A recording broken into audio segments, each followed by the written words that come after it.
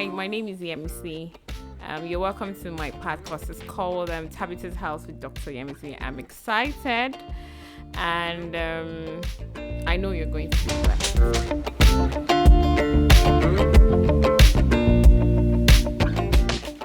John 10:10 says that the thief comes only to steal, kill, and destroy, but I have come that you have life and have it abundantly.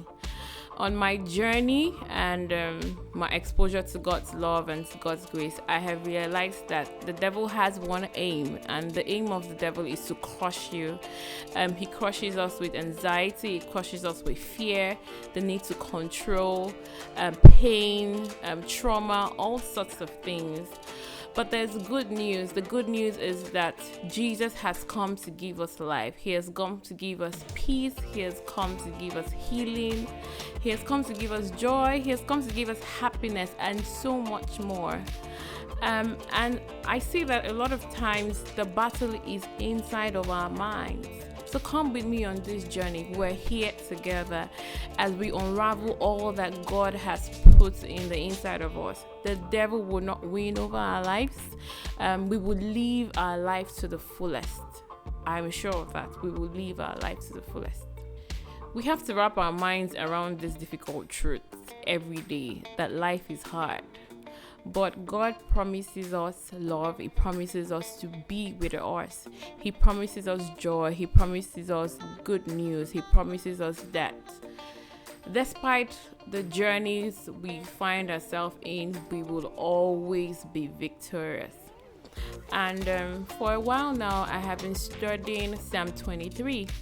You know, Psalm 23 is a very simple and very common psalm. But for some time, I've been getting really encouraged with Psalm 23. So Psalm 23 says that, especially verse 4, it says, "Yea, though I walk through the valley of the shadow of death, I will fear no evil, for you are with me. Thy rod and thy staff, they comfort me." And this is the journey we find ourselves. Psalm 23 talks about the valley of the shadow of death. But it's not all gloom. It's not all sadness. Those valleys do not define us, because the valley is just a bus stop. Imagine yourself working towards a mountain or towards a goal or towards a place. Imagine yourself taking a stroll. Imagine yourself taking a stroll from street 1 to street 2 or from point A to point B. Every now and then on that road to where exactly you want to get to, you see stones, you see water on the floor, you find yourself having to cross a gutter, you find yourself having to notice a tree, you find yourself having to meander a road or a path. And that is what life is for you and I. So those small times and those small hiccups and those small junctions do not define us. They are just valleys of the shadow of death. Death here does not mean dying and going to the world beyond. Death does not mean there is no tomorrow. Death just simplifies that situation you find yourself time in and time out, and that's death here. But the Bible says that though I walk through the valley of the shadow of death, I will fear no evil. I would fear no evil. You know, when I pause at the point where David said, I'm finding myself in this situation, I'm finding myself with no hope, I'm finding myself with no answers, and he says, I will fear no evil. It just takes me back to Shadrack, Meshack, and Abednigo. You know, they said to the king, we do not need to defend ourselves before you in this matter. If we are thrown into the blazing furnace, the God we serve is able to save us from it. You know, imagine such confidence, imagine such grit, imagine such faith. You know, they were not scared. Even when they knew that they were about to be burnt in the furnace, they weren't scared. They knew that their God was going to save them. Just the same thing David said. He says, I will fear no evil because thou art with me.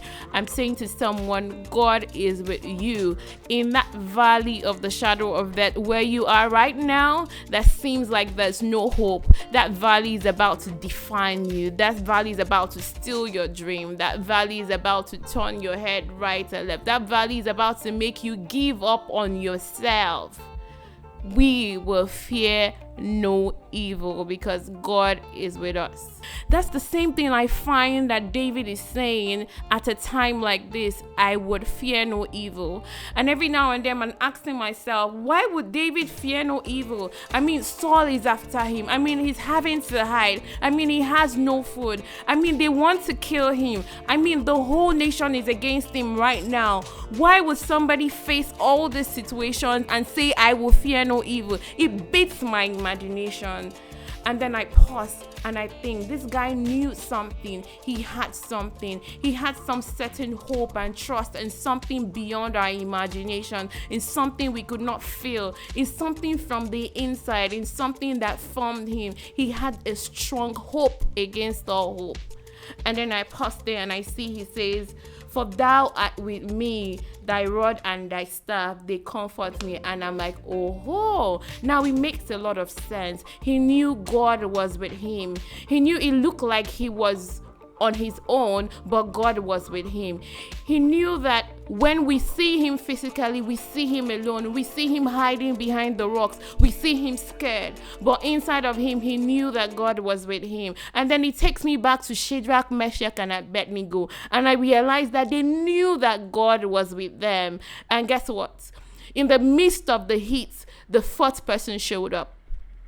Yeah, he showed up and God was with him. Actually, God was with them. So what valley of the shadow of death are you in right now? You're waiting on that baby. You're waiting on that financial circumstance. You're waiting on that job. You've been back and forth relationships that you can't even define. You are in a valley of the shadow of death. You are standing where David stood years ago. But I'm saying we will all fear no evil. I am holding your hands as you're holding my hands. And I'm saying we will fear no evil. Not because of who we are, not because of how perfect we are, not because we have the solution at our hands, not because somebody has decided to help us and take us out of the shadow, but because we know that we have somebody on the inside of us that strengthens us, that prefers solutions, that makes a way in the wilderness, that causes all things to work together for our good, because we have somebody that says, I am with you even till the ends of the earth. He says, lo, I am with you always, even till the ends of the earth. And he says, thy rod and thy staff, they comfort me. Maybe sometime soon I'll talk about the rod and the staff, but I want to shift over and just jump a little bit, 2 words, and stay on comfort. You know, comfort envelopes, comfort wraps us, comfort calms us, comfort makes us wipe away the tears. He says, comfort, thy rod and the staff, it comforts me. I'm speaking comfort to somebody somewhere right now. I'm speaking the comfort that God brings. You know, comfort gives us hope. Comfort brings happiness. Comfort pays back. Comfort restores. Comfort restores. There's comfort for you and there's comfort for I. Just hold on. Hold on. Look in the inside of you. Remember what God has said to you. Remember the promises. Even though at a time like this, it doesn't make sense. No, I'm not telling you it makes sense. I'm not telling you you have the answers. I don't even have the answers. But what I have is the fact that God says his rod and his staff, it comforts us. Comfort is coming your way right now. I love you, sis. I love you. There is comfort for you and there's comfort for me. I want you to tell your friends about this platform. I am excited. I am happy. There is so much God has in store for you and I, my sister. I love you so much. And we're on this journey together. We're living life to the fullest because there's so much God has put on the inside of us. And the devil is not about to win us. Bye.